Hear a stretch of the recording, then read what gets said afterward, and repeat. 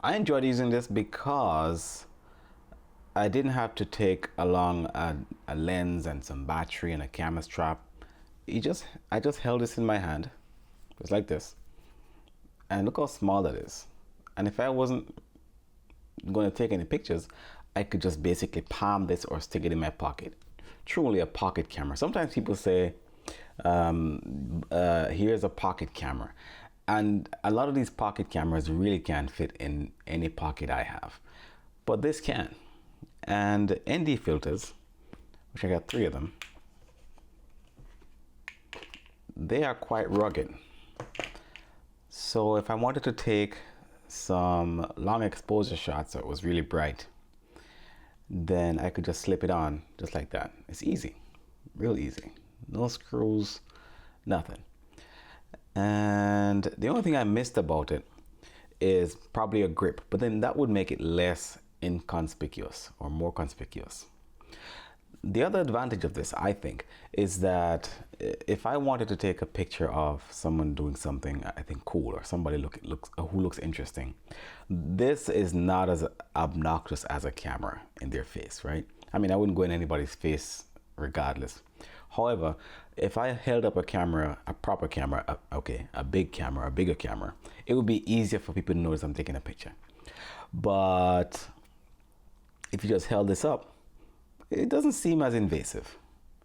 In any case, I'm going to now go through some of the shots I took and the choices and what I would have done better. But I really enjoyed this experience, and I think I'm going to use it more often, especially when I'm traveling to some places where I don't want to risk having my camera stolen.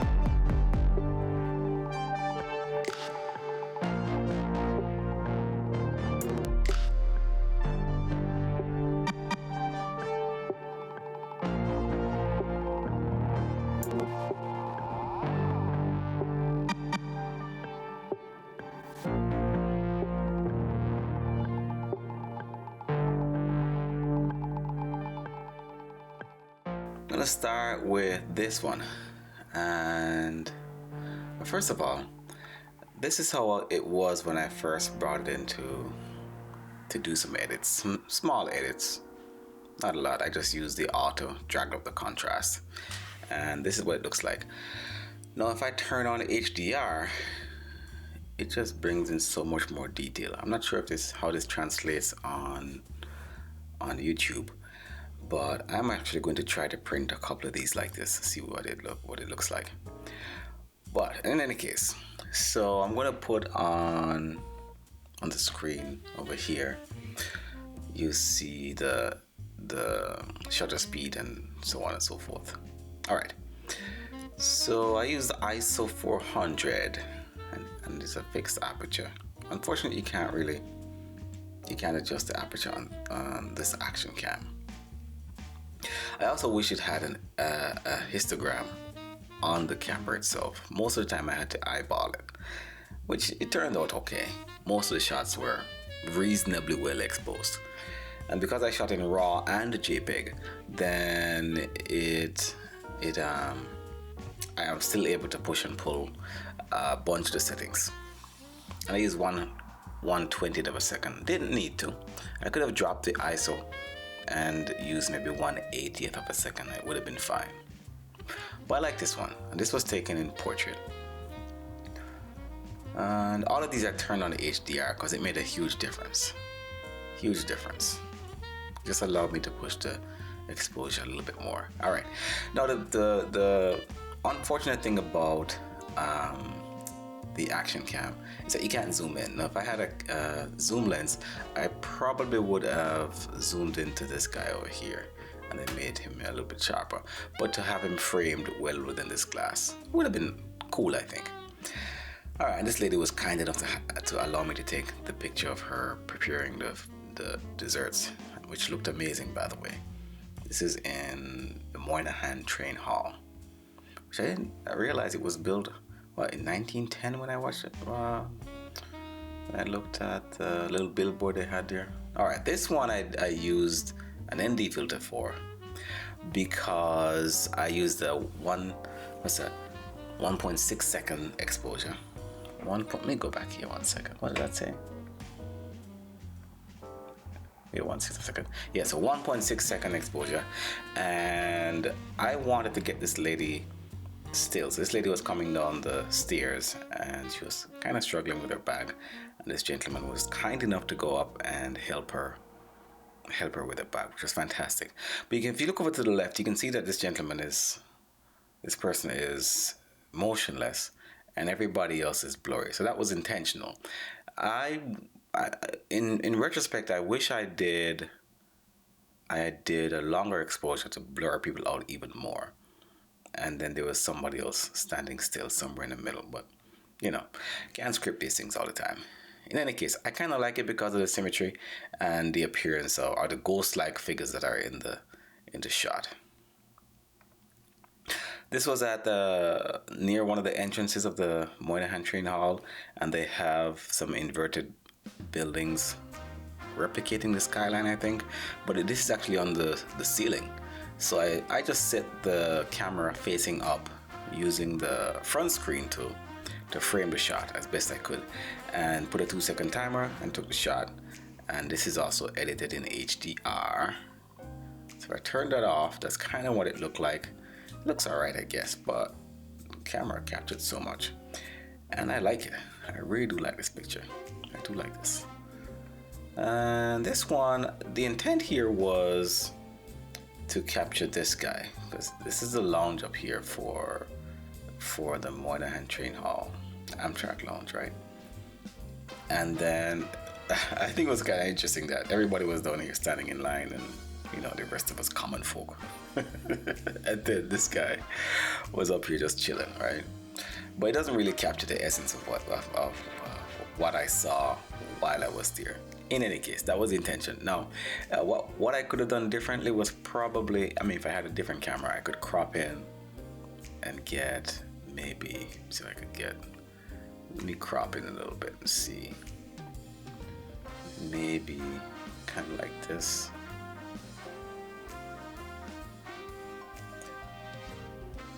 Yeah, or even more, just to accentuate the fact that this gentleman is above it all. And let me look at this one. This one's actually interesting. It looked better on the camera than I thought, than it looks right here.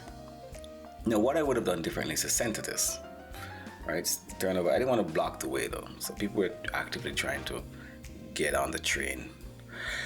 And I'm sorry. And so tired, and I could have centered it a little bit more because I really wanted to get the view down the escalator, right? And I still think it's an okay shot, just an okay shot. Let me see what the exposure was on here. This was on 400 ISO, so I could have dropped that a little bit, I think, right? I could have dropped that a little bit. All right, this one I think was pretty cool because these two people were sitting here just chilling, just talking, enjoying the wonderful hall and the sights and so on. And everybody was going about their business. And the place was littered with people doing the same thing, right? Just waiting for the train to come by. And I like the look of this one.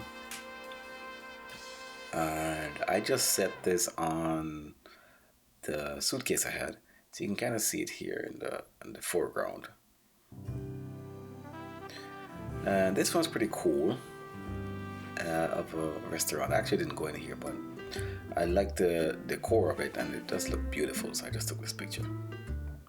This actually has my favorite picture of all of them. And I was in two minds whether to use black and white, or it actually looked pretty cool, or color. Both look really cool, so I'm actually going to duplicate this. I am going to duplicate this and keep one as black and white. And I saw the guy from outside the restaurant, and I thought he looked so interesting, right? Especially with the empty space around him. And I'm actually happy with how this turned out, for sure. I'm of two minds. This looks really beautiful too, but this looks more interesting, I think. Both look, there's so much color that's captured in this little camera. Alright, and this one I use a long exposure also. This is 2-second exposure with the ND filter clipped on. And this is the escalator. I think one of these is going up, yeah. Two of them are going up, and one's coming down. Regardless, you can see that these people are still, because they didn't move relative to the others. That's why you have these ghostly figures here. I was just playing around with the long exposure. Long exposure to see what that would look like. I did see once where someone went to a busy thoroughfare, no, a busy highway, and they used a long exposure, and it looked like they had photoshopped everybody, all the cars out, but no, everything was just blurred out, which is fantastic. So I'm kind of messing around with that, but I didn't want to let it. Maybe it would have been interesting if I could get everybody out the picture, but it was impossible because not everybody was moving. But I'm going to try this again in a busy area to see if I could get it to look unusually eerie. All right, and this one's pretty cool. So compared to this picture where I wasn't centered, I think I was more centered for this shot. Now what would I have done differently is take the shot here, more forward, because all this stuff on the side is just busy, and just focus the lens down the hallway. Now it would have been cool if someone was standing to the side there. That would have been interesting. Let me try to crop it in to see what that would look like if I had done it the right way to begin with. So something like this. Yeah, something like that would have been cool. Or even if I could have included that maybe. Yeah, that would have been cool.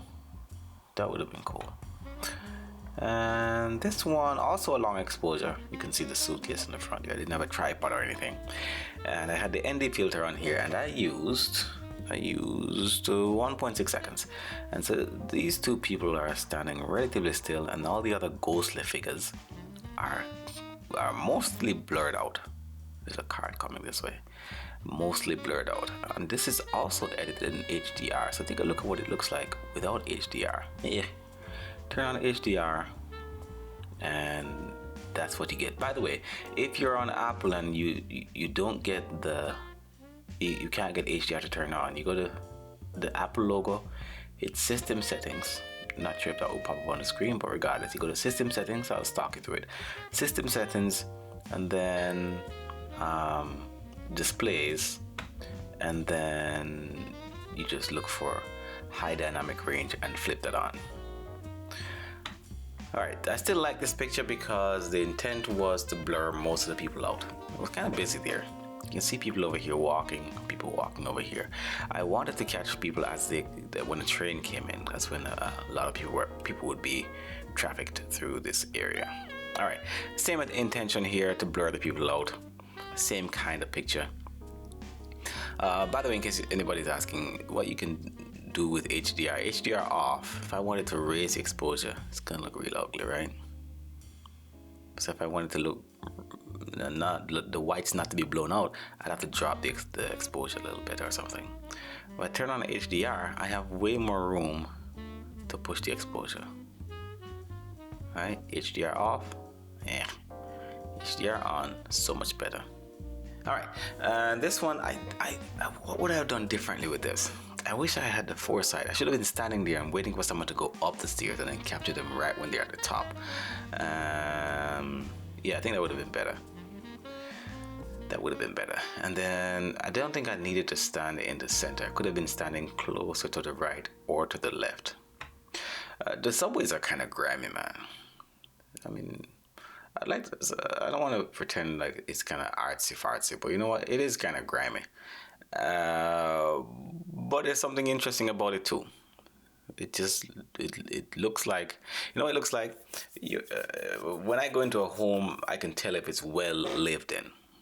It's used. People have been passing through. People have been sitting on the couch. You know, our camera body that it started out black or some color, and over time it lost some of its wear and tear, but because people have been using it, right?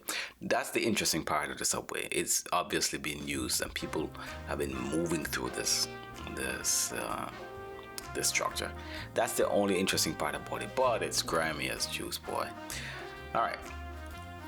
This one was taken in portrait on the train.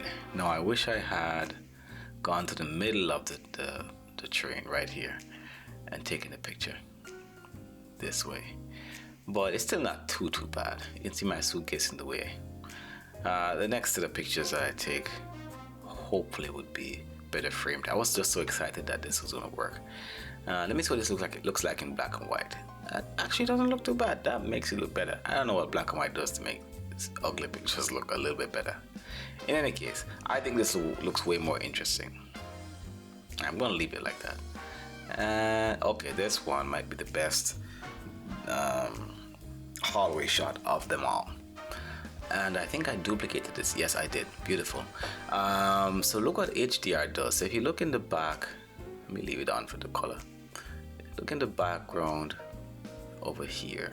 See how the clouds are there, but HDR just brings it right back, which is fantastic. I like this in black and white because all the other stuff is a distraction, and I think it draws the viewer's eye, rightfully so, down into the subway, which I think is interesting. I really do.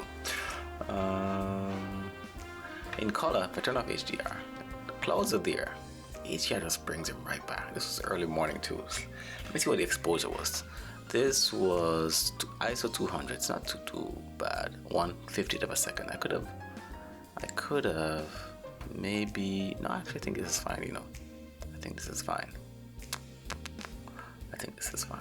All right. And then let me see. So I prefer the black and white version of this. I could even edit this some more actually. Let me see if I could raise the exposure a little bit.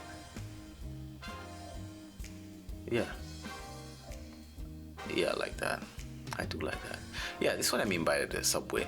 It's grimy and it's still it has character. I don't know if I too much like using that term, but it does.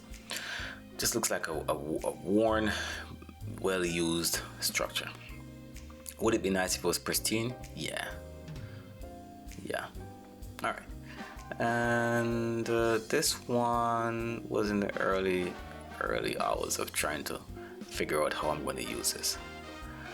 I think these are called brownstones. I'm not quite sure. I'm not familiar with New York lingo, but I don't know if I like anything about this picture, except maybe the juxtaposition of these old buildings on the left and what I think are these newer buildings on the right. I think maybe, but it doesn't capture it as much as I think. Maybe I'm just forcing an artistic perspective. All right, let's see what else we got in here. This one wasn't too bad. Now I wish I had gotten down lower, just a little bit lower, and then maybe closer to this guy that's just chilling on the bike, because he's there, but because he's so far away, he doesn't look like he's playing an active role in the frame. So I would have probably gone in a little bit closer. even closer still, because I don't think the sky or the building is that much interesting to include it in the frame. So I think something like that would have been good. Yeah, that would have been a little bit better. I mean, because it's a row of bikes, so does it need to have the very first bike in it? No. Right? Or does it need to have the entire sky? No. But that's the deal when you're using an action cam. All right, and then this one I think was pretty cool. I wish I had cropped out, or I could have cropped out the people out of it, because my intent was to capture this statue here, looking out into the sky. That was my intent. That would have been cool. That would have been cool. There were some people sitting in the front. I didn't want to be obnoxious and stand in front of them. You know, with a zoom lens, it would have been easy. But, you know, I'm just messing around with this action cam. All right. And did I use HDR on this? Let me see. Yes, I did. Beautiful. And then this one, I think, was also kind of cool. Kind of cool. I did turn on HDR. Watch the clouds in the back. That's just beautiful, man. Beautiful that it captured all that. And I could then still raise the exposure a little bit more and not lose the detail in the sky. That's incredible. And this one was just looking down the street. I kind of like it. What would I have done differently? What would I have done differently? You know what? I didn't need to include this car here. I didn't need to. So right now it just looks like I'm taking touristy shots of everything that's in sight. But if I had gone closer, I don't know if I could even save this. I don't know. Yeah, because what's the point of focus here? I'm not quite sure. You know what would have been interesting? I saw someone walking through these blooms, and I thought that was interesting. But then I just walked away because I was on my way to somewhere. And this was an interesting picture, at least in my mind. So I wanted to get these salt shakers in a line, but then, or at least to focus on one of them and have the others blurred out. But that's not quite possible with action cams, at least not right now. So let me enable lens correction and change the profile. Okay, good. So I didn't change this one. So it appears like this first. Let me start from the beginning. So see how it's warped. But if you go to change profile and then select DJI and select action 4, it's a little bit straighter, right? A little bit straighter, which I think is really cool. That's without it. That's with it. Without, with. I like that. All right, and if I try to blur it, let me try to apply lens blur to see if I can. I don't know if it's gonna work because can't really. Okay, that's artificial, but you know what? It looks better. It looks better. It does look better. That's not how it was. How I shot it though. That's not how I shot it at all. Let me crank it up to 11. Okay, that looks better. But no, it makes it even worse, I think, because why would I? If I'm focused on this, why would I be that far away from it? And then why would the front edge of this table be so sharp? Yeah, that's the original. All right, so this looks more like a camera would have taken it, a camera with a changing focal spot. And this is more like an action cam. Both are garbage. All right, let's look, let me look at this one. This one, I wish I had gotten down lower before someone kicked me on the subway. But the train was coming in. I wanted to make it, to capture it in motion. So it would just be a streak of light. But it's not too bad. So I didn't edit this one yet. So let me use auto to see what it looks like. That doesn't look too bad. And then I'm going to turn to black and white, adjust the contrast. And then go back. So that still looks good. And then turn on HDR. Okay, that doesn't look too bad. So I can still push this a little bit more. Yeah, doesn't look too bad. Doesn't look too bad. Alright, so that's before, that's after. Before, after. That's not too bad. Not too bad at all. And two more. This was the same kind of shot. Is it the same place? It is the same place. This one's a little bit straighter. That one not so much. And this one, is HDR on for this one? It is. And this one,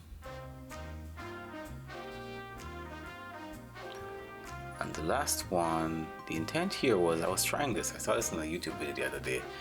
So the photographer was on a boat, a ferry, and he framed 3 people.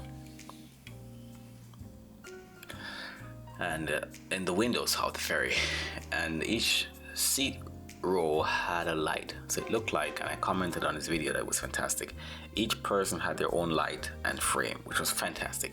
So I was trying to do the same thing here to get each person in between these columns here, but maybe if I take it a fraction of a second earlier, then he would be here, she would be farther back, and he would be here. Perhaps that could have worked.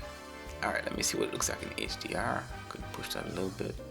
Drop the shadows. And then let me see if I turned on, yep, I already turned on the Action 4 profile.